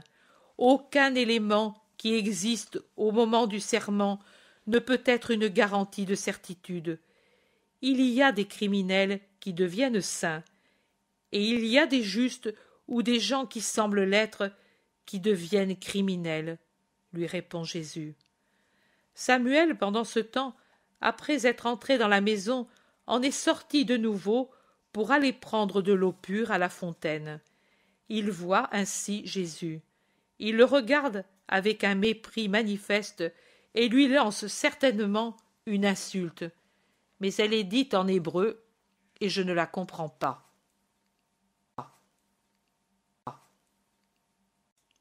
L'Iscariote se précipite en avant, lui saisit un bras et le secoue comme un arbre dont on veut faire tomber les fruits mûrs. « Est-ce ainsi que tu parles au maître ? Ô pécheur, par terre, à genoux, tout de suite. Demande-lui pardon, langue souillée d'ordures de porc.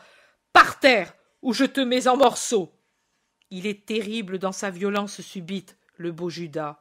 Son visage s'altère et fait peur. C'est inutilement que Jésus essaie de le calmer. Tant qu'il ne voit pas le blasphémateur à genoux dans la terre boueuse qui entoure la fontaine, il ne ralentit pas la pression. Pardon, dit entre ses dents le malheureux qui doit être torturé par la tenaille des doigts de Judas, mais il le dit mal, uniquement parce qu'il y est forcé.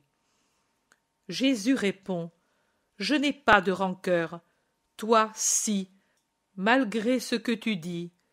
La parole est inutile si elle n'est pas accompagnée par le mouvement du cœur. Toi, dans ton cœur, tu blasphèmes encore contre moi, et tu es doublement fautif. En effet, tu m'accuses et tu me hais, pour un motif dont, au fond de ta conscience, tu sais qu'il n'est pas vrai, et parce que c'est toi seul qui as manqué à ton devoir. Pas Analia, pas moi, mais je te pardonne tout. Va, et fais en sorte de redevenir honnête et agréable à Dieu. Laisse-le, Judas. Je pars, mais je te hais. Tu m'as enlevé Analia, et je te hais. Tu te consoles pourtant avec Rebecca, la fille du sandalier, et tu t'en consolais encore du temps où Analia était ton épouse et où, malade, elle ne pensait qu'à toi. J'étais veuf, je pensais l'être déjà, et je cherchais une épouse. Maintenant je reviens vers Rebecca parce que... Analia ne veut pas de moi, s'excuse Samuel qui voit ses manigances découvertes. Judas Iscariote termine.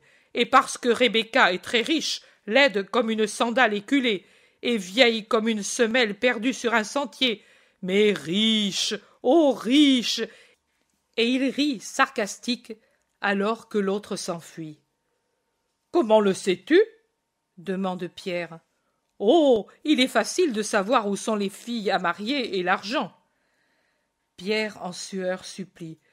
Bien, allons-nous par le sentier, maître. Cette place est un vrai four. Là, il y a de l'ombre et de l'air. Ils vont lentement, attendant le retour des autres. La ruelle est déserte. Une femme sort d'une porte et vient se prosterner en pleurant aux pieds de Jésus. Qu'as-tu? Maître, tu es déjà purifié? Oui. Pourquoi le demandes-tu? Parce que je voulais te dire, mais tu ne peux pas t'en approcher. Ce n'est qu'une pourriture. Le médecin le dit infecté. Après Pâques, j'appellerai le prêtre et Inon l'accueillera. Ne dis pas que je suis coupable. Moi, je ne savais pas. Il a travaillé plusieurs mois à Joppé et il est revenu dans cet état, en disant qu'il s'était blessé. J'ai employé les baumes et les lavages avec les aromates, mais cela n'a servi à rien. J'ai consulté un herboriste, il m'a donné des poudres pour le sang. J'ai éloigné les enfants, j'ai mis son lit à part, car je commençais à comprendre. Le mal a empiré. J'ai appelé le médecin. Il m'a dit: Femme, tu connais ton devoir et moi le mien. C'est une plaie de luxure. Sépare-le de toi. Moi, je le séparerai du peuple et le prêtre d'Israël. Il aurait dû y penser quand il offensait Dieu, toi et lui-même. Maintenant qu'il expie. J'ai obtenu son silence jusqu'après les azymes, mais si tu avais pitié du pécheur, de moi qu'il aime encore, et des 5 enfants innocents. Que veux-tu que je fasse? Ne penses-tu pas qu'il a péché, et qu'il est juste qu'il expie? Si, ô Seigneur, mais tu es la vivante miséricorde. Toute la foi dont une femme est capable se manifeste dans sa voix, dans son regard, dans son attitude de femme agenouillée, les bras tendus vers le Sauveur. Et lui, qu'a-t-il dans le cœur? Le découragement. Que veux-tu qu'il ait d'autre, Seigneur? Il suffirait d'un sentiment de repentir surnaturel, de justice, pour obtenir la pitié. De justice? Oui, dire « j'ai péché, ma faute mérite cela, et bien davantage, mais à ceux que j'ai offensés, je demande pitié. » Moi je la lui ai déjà donnée. Toi, Dieu, donne-la lui, je ne puis te dire d'entrer. Tu vois que moi, je ne te touche pas non plus. Mais si tu veux, je vais l'appeler, et du haut de la terrasse, je le ferai parler. Oui. La femme, la tête dans l'entrée de la maison, appelle à haute voix. Jacob, Jacob, monte sur le toit, montre-toi, ne crains pas. L'homme, au bout d'un moment, se montre au parapet de la terrasse, un visage jaunâtre, bouffi, la gorge bandée, une main bandée, une ruine d'homme corrompu. Il regarde avec des yeux aqueux du malade de maladies ignobles. Il demande « Qui me veut ?» « Jacob, il y a le Sauveur !» La femme ne dit rien de plus, mais elle semble vouloir hypnotiser le malade, lui transmettre sa pensée. L'homme, soit qu'il sente la pensée de sa femme, soit qu'il ait un mouvement spontané, tend les bras et il dit « Oh, délivre-moi, je crois en toi, il est horrible de mourir ainsi. » Il est horrible de manquer à son propre devoir. Tu ne pensais pas à elle, pas à tes enfants? Pitié, Seigneur, pour eux, pour moi, pardon, pardon. Et il s'abat en pleurant sur le muret, les mains bandées, dépassant avec tout le bras qui reste découvert à cause des manches qui sont remontées, souillées déjà par les pustules toutes proches, enflées, repoussant. L'homme dans cette position semble une marionnette macabre, une dépouille jetée là, déjà sur le point de se décomposer. Il fait peine à voir et donne la nausée. La femme pleure, toujours agenouillée dans la poussière. Jésus semble attendre encore un mot. Finalement, il descend entre les sanglots. « Je gémis près de toi, dans la contrition de mon cœur. Promets au moins qu'eux ne souffriront pas de la faim. Et puis, je m'en irai résigner à l'expiation. Et toi, sauve mon âme, Sauveur béni. Elle, au moins, elle, au moins. Oui, je te guéris, à cause des innocents, pour te donner la possibilité de te montrer juste. Tu comprends? Rappelle-toi que le Sauveur t'a guéri. Dieu, selon la façon dont tu répondras à cette grâce, te pardonnera tes fautes. Adieu. Paix à toi, femme. Et il s'en va presque en courant à la rencontre de ceux qui viennent du Gethsémani, sans même se laisser arrêter par les cris de l'homme qui se sent et se voit guéri, ni par ceux de sa femme. Prenons cette ruelle pour ne pas passer de nouveau par là, dit Jésus, après s'être rassemblé avec les autres. Ils prennent une ruelle misérable, si étroite que l'on a du mal à passer deux à la fois, et si un âne y passe avec un bât, il n'y a plus qu'à se coller au mur comme un timbre-poste. C'est la pénombre à cause des toits qui se touchent presque, la solitude, le silence et des odeurs nauséabondes. Ils s'en vont en file comme un défilé de moines tout le long de la ruelle misérable. Puis ils se réunissent sur une petite place remplie de garçons. « Pourquoi as-tu parlé ainsi à cet homme? Tu ne le fais jamais » demande Pierre curieux. « Parce que cet homme sera un de mes ennemis, et cette faute, à venir, aggravera celle qu'il a déjà. »« Et tu l'as guéri » demandent tous stupéfaits. « Oui, à cause des petits innocents. »« Il se rendra de nouveau malade ?» ?»« Non. Pour la vie du corps, après l'épouvante et la souffrance qu'il a eue, il fera attention. Il ne se rendra plus malade. »« Mais il péchera contre toi, dis-tu. Moi, je l'aurais fait mourir. »« Tu es un pécheur, Simon de Jonas. »« Et toi, tu es trop bon, Jésus de Nazareth, » réplique Pierre. Ils disparaissent dans une rue centrale, et je ne vois plus rien. Remarque personnelle. Aussi bien l'homme guéri que Samuel, je les reconnais. Le premier est celui qui, pendant la Passion, frappa Jésus à la tête avec un caillou. Plus que lui, je reconnais sa femme désolée maintenant comme alors, et la maison qui a une porte facile à reconnaître, car on y accède par 3 marches. Et de même, sous le voile de haine qui le transforme, je reconnais en Samuel le jeune homme qui a tué sa mère d'un coup de pied pour pouvoir aller frapper le maître avec une matraque. Chapitre 65. La parascève, 4e partie. Le repas pascal avec Lazare. Quand Jésus entre dans le palais, je le vois envahi par une foule de serviteurs venus de Béthanie, tout occupés aux préparatifs. Lazare étendu sur un lit est très souffrant. Il salue d'un pâle sourire son maître qui se hâte vers lui et qui se penche tout affectueux sur son lit en demandant « Tu as beaucoup souffert, n'est-ce pas, mon ami, avec les secousses du char ?» « Beaucoup, maître, » répond Lazare épuisé au point que d'évoquer ce qu'il a éprouvé, il en a les larmes aux yeux. « C'est ma faute, pardonne-moi. » Lazare prend une des mains de Jésus et la porte à son visage. Il la passe sur sa joue décharnée, la baise et murmure « Oh, ce n'est pas ta faute, Seigneur, et je suis tellement content que tu fasses la Pâque avec moi. Ma dernière Pâque. Si Dieu le veut, malgré tout, tu en feras encore beaucoup, Lazare, et toujours ton cœur sera avec moi. Oh, moi je suis fini, tu me réconfortes, mais c'est fini, et cela me désole. Il pleure. Tu le vois, Seigneur, Lazare ne fait que pleurer, dit Marthe avec pitié.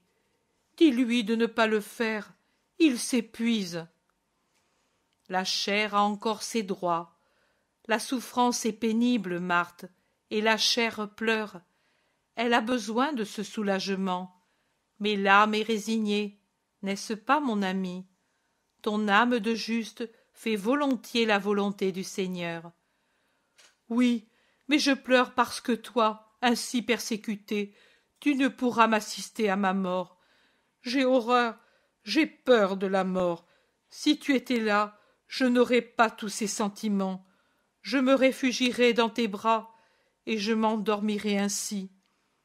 Comment ferais-je à mourir sans réagir contre l'obéissance à cette redoutable volonté?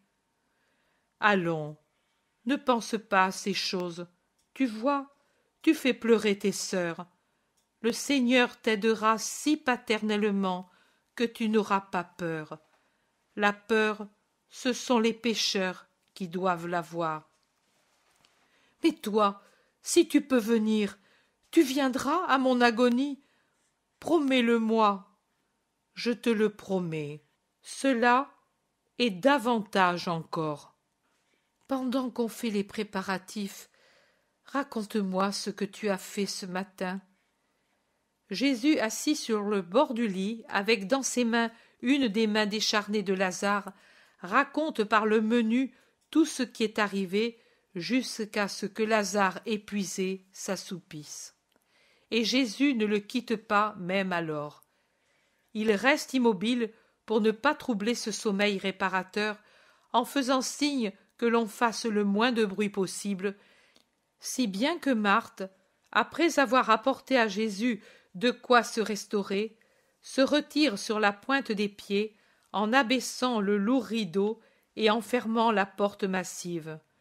Le bruit de la maison, tout en mouvement, s'atténue ainsi en un bourdonnement à peine sensible. Lazare dort. Jésus prie et médite. Les heures passent ainsi jusqu'à ce que Marie vienne apporter un lumignon parce que la nuit arrive et que l'on va fermer les fenêtres. « Il dort encore » murmure-t-elle. « Oui, il est tranquille, cela va lui faire du bien. » Depuis des mois, il n'avait pas tant dormi. Je crois qu'il était très agité par la crainte de la mort. Avec toi auprès de lui, il n'a plus peur.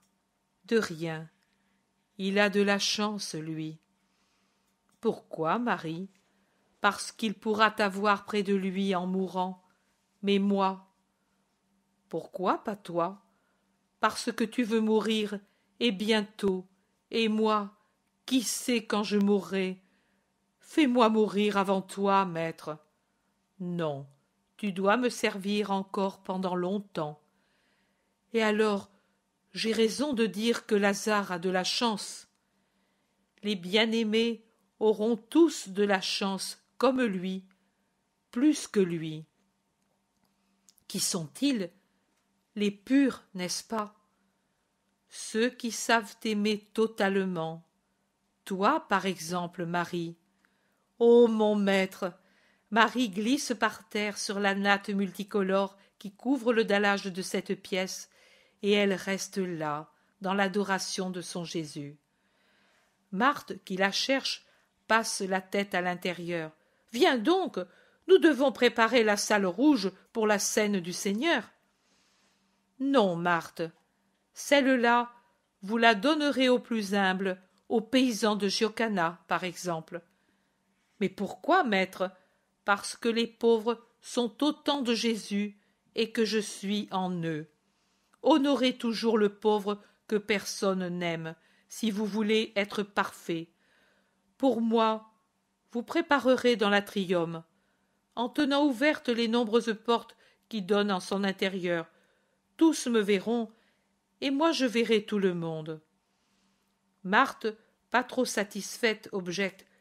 Mais toi, dans un vestibule, cela n'est pas digne de toi. Va, va, fais ce que je te dis. C'est très digne de faire ce que le maître conseille.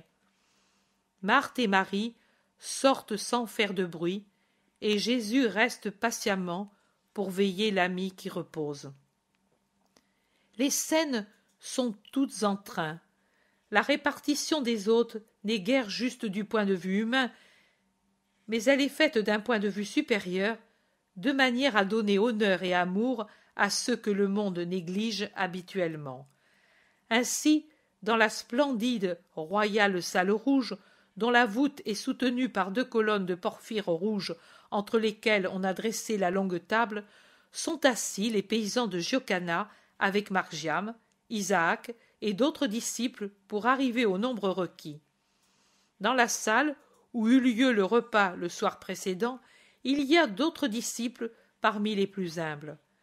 Dans la salle blanche, un rêve de candeur, se trouvent les disciples vierges, et avec elles, qui sont seulement 4, il y a les sœurs de Lazare et Anastasica, et d'autres jeunes. Mais la reine de la fête, c'est Marie, la Vierge par excellence.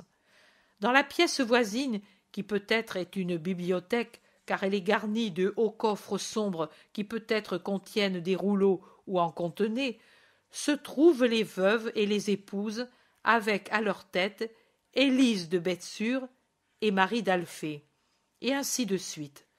Mais ce qui frappe, c'est de voir Jésus dans l'atrium de marbre. Il est vrai que le goût raffiné des 2 sœurs de Lazare a fait du vestibule carré un véritable salon éclairé, fleuri, plus splendide qu'une salle. Mais c'est toujours un vestibule. Jésus est avec les 12, mais à côté de lui, il y a Lazare, et avec Lazare, il y a aussi Maximin. Les scènes se poursuivent selon le rite, et Jésus rayonne de joie d'être au milieu de tous ses disciples fidèles. Une fois les scènes terminées, après qu'a été consommé le dernier calice, qu'a été chanté le dernier psaume, tous ceux qui étaient dans les différentes salles affluent dans l'atrium, mais ils n'y entrent pas à cause de la table trop encombrante. Allons dans la salle rouge, maître, nous pousserons la table contre le mur, et nous nous tiendrons tous autour de toi, suggère Lazare, et il fait signe aux serviteurs de prendre cette disposition. Maintenant, Jésus, assis au milieu, entre les 2 précieuses colonnes, sous un lampadaire qui l'éclaire vivement, élevé sur un piédestal fait de 2 lits-sièges qui servaient pour la scène, semble vraiment un roi assis sur son trône au milieu de ses courtisans.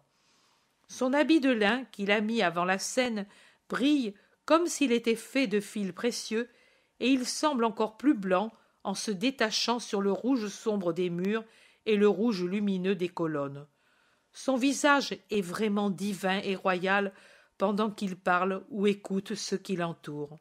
Même les plus humbles, qu'il a voulu très proches, se sentant aimés par les autres comme des frères, parlent avec assurance, en disant leurs espérances et leurs ennuis, avec simplicité et foi.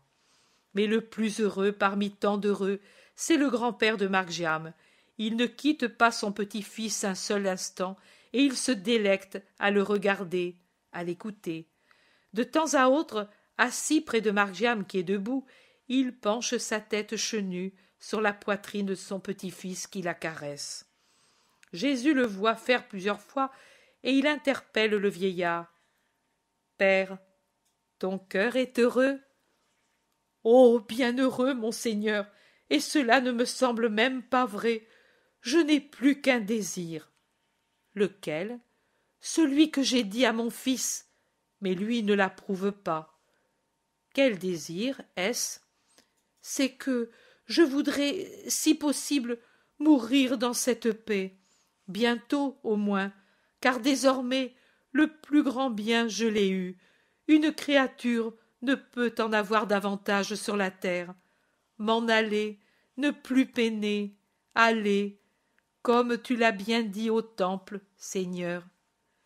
Celui qui offre un sacrifice avec le bien des pauvres est comme celui qui égorge un fils sous les yeux de son père.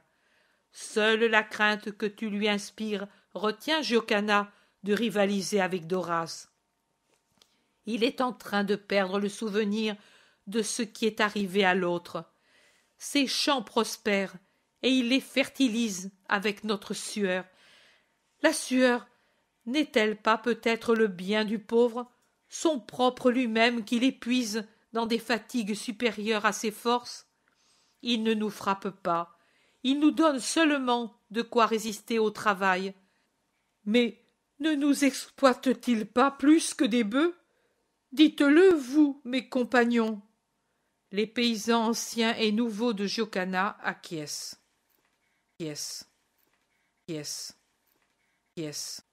Pierre demande.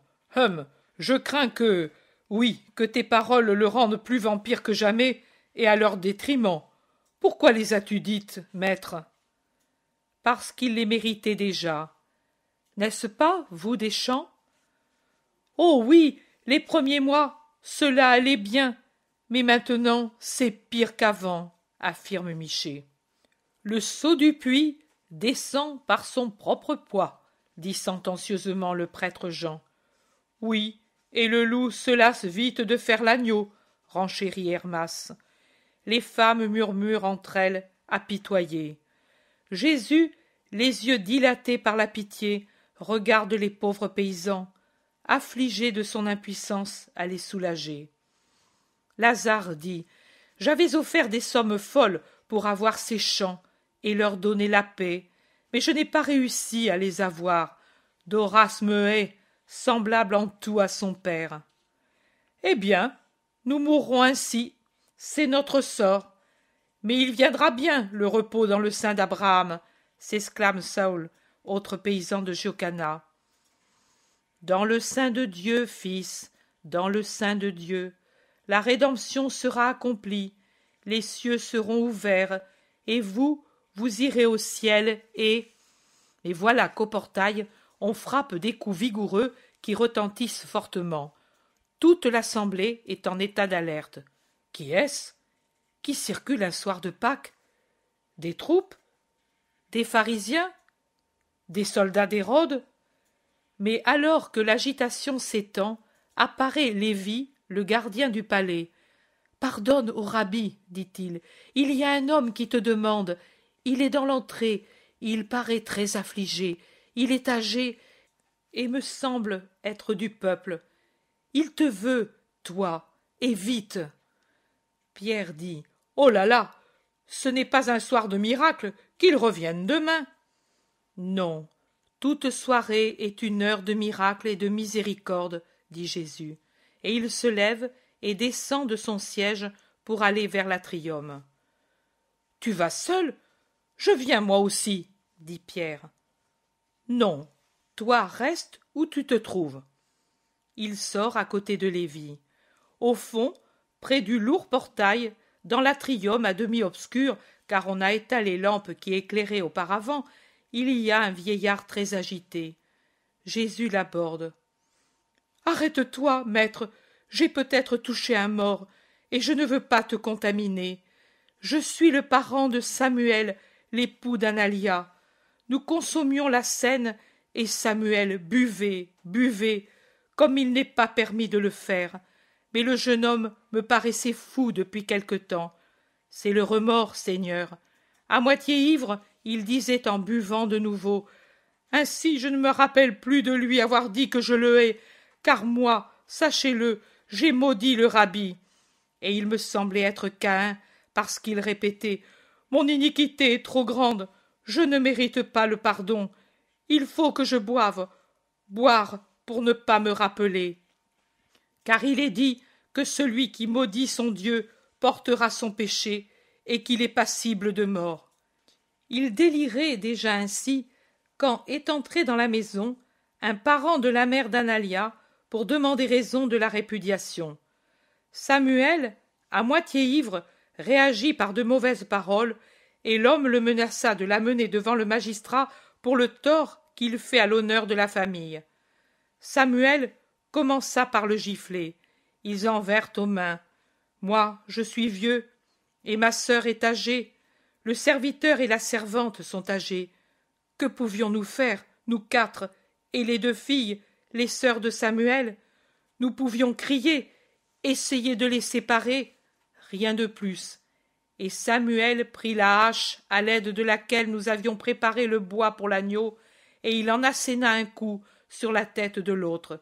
Il ne lui fendit pas la tête, car il frappa avec le revers, pas avec la lame, mais l'autre chancela en gargouillant, et tomba. Nous n'avons plus crié, pour ne pas attirer les gens.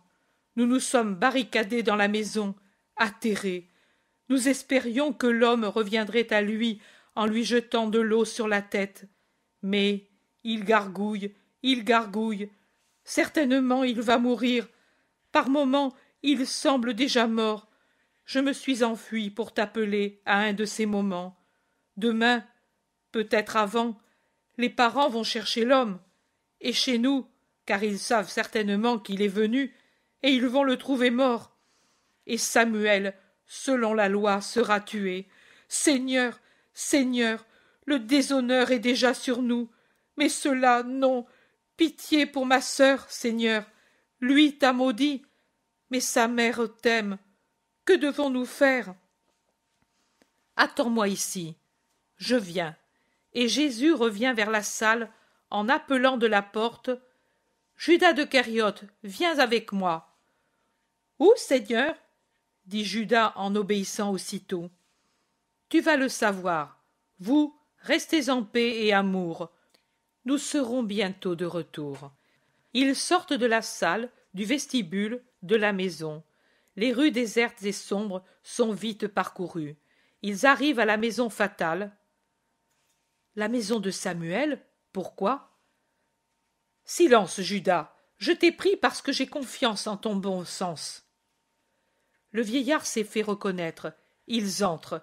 Ils montent à la pièce du cénacle où on a traîné celui qui a été frappé. Un mort? Mais, maître, nous allons nous contaminer. Il n'est pas mort.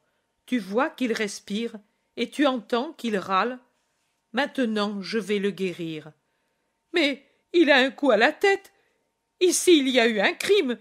Qui l'a frappé? Et le jour de l'agneau? Judas est terrifié. C'est lui, dit Judas en montrant Samuel qui s'est jeté dans un coin, pelotonné sur lui-même, plus mourant que le mourant lui-même, râlant de terreur comme l'autre râle dans l'agonie. Un pan de son manteau sur la tête pour ne pas voir et n'être pas vu. Tous le regardent avec horreur, à l'exception de la mère qui, à l'horreur de l'homicide, unit le déchirement pour son fils coupable et condamné d'avance par la loi de fer d'Israël. Tu vois à quoi conduit un premier péché? à cela, ô Judas. Il a commencé par être parjure à sa femme, puis à Dieu. Puis il est devenu calomniateur, menteur, blasphémateur. Puis il s'est adonné au vin, et maintenant il est homicide. C'est ainsi que l'on devient la possession de Satan, ô Judas. Garde-en toujours le souvenir.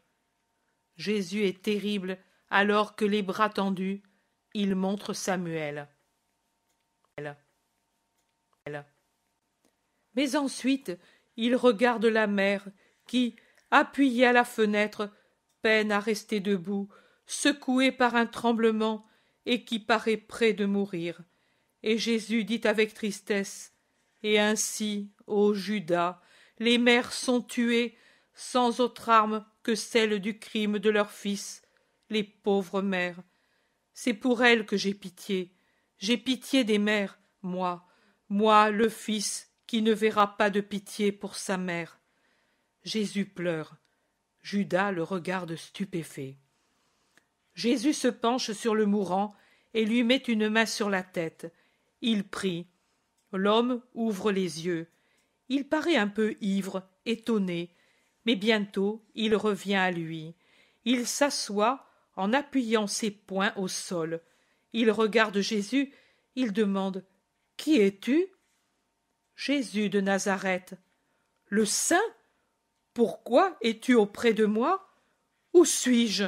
Où est ma sœur et sa fille ? Qu'est-il arrivé ?» Il cherche à se rappeler. « Homme, tu m'appelles saint ? Tu me crois donc tel ? Oui, Seigneur, tu es le Messie du Seigneur. Ma parole est donc sacrée pour toi ? Oui, ô Seigneur. » Alors Jésus se dresse debout. Il est imposant. « Alors moi, comme maître et comme Messie, je t'ordonne de pardonner. Tu es venu ici et tu as été insulté. »« Ah, Samuel, oui, la hache, je le dénonce, » dit-il en se levant. « Non. Pardonne au nom de Dieu. C'est pour cela que je t'ai guéri. Tu as à cœur la mère d'Analia, parce qu'elle a souffert. Celle de Samuel souffrirait plus encore. Pardonne. » L'homme tergiverse quelque peu. Il regarde celui qui l'a frappé avec une rancœur visible. Il regarde la mère angoissée. Il regarde Jésus qui le domine. Il ne sait pas se décider. Jésus lui ouvre les bras et l'attire sur sa poitrine en disant « Par amour pour moi !» L'homme se met à pleurer. Être ainsi dans les bras du Messie, sentir son haleine dans ses cheveux et un baiser là où il avait reçu le coup, il pleure, il pleure. « Oui, n'est-ce pas, dit Jésus, tu pardonnes par amour pour moi. Ô bienheureux les miséricordieux, pleure, pleure sur mon cœur, que sorte avec les pleurs toute rancœur. Tout nouveau, tout pur, voilà, ainsi, doux, ô doux, comme doit l'être un fils de Dieu. » L'homme lève son visage et en pleurant il dit « Oui, oui, ton amour est si doux. Elle a raison, Analia, maintenant je la comprends. Femme, ne pleure plus, le passé est passé, personne ne saura rien de ma bouche. Jouis de ton fils retrouvé, s'il peut te donner de la joie. Adieu, femme, je retourne chez moi. » Et il va sortir.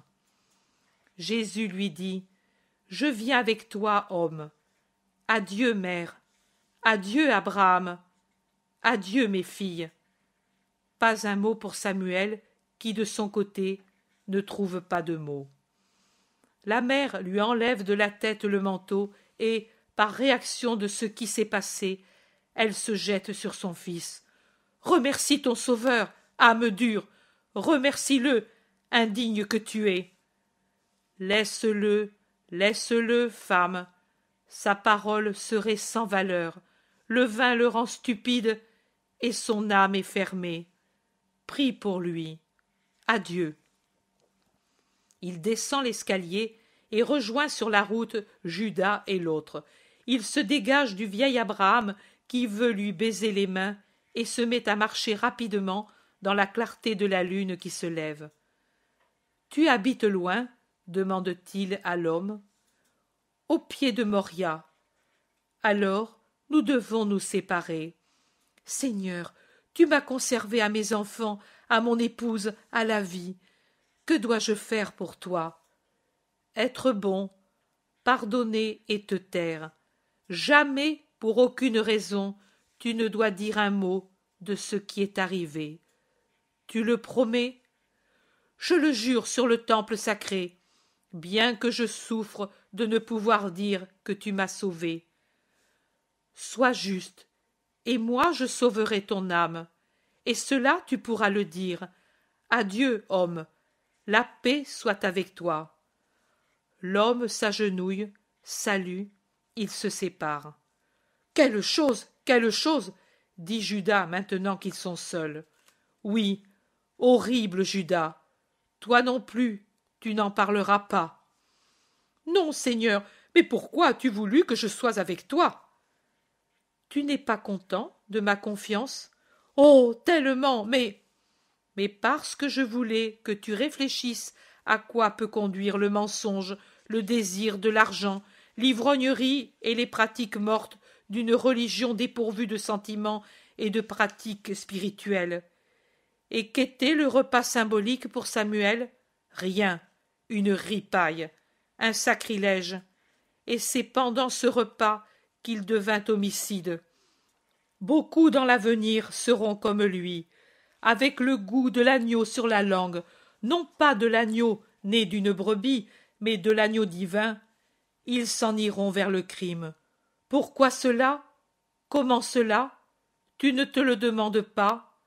Mais moi, je te le dis quand même, parce qu'ils auront préparé cette heure par beaucoup d'étourderies au commencement, par entêtement ensuite. Souviens-toi de cela, Judas. Oui, maître, et qu'allons-nous dire aux autres? Qu'il y avait quelqu'un très gravement malade. C'est la vérité. Il tourne rapidement par une route, et je les perds de vue.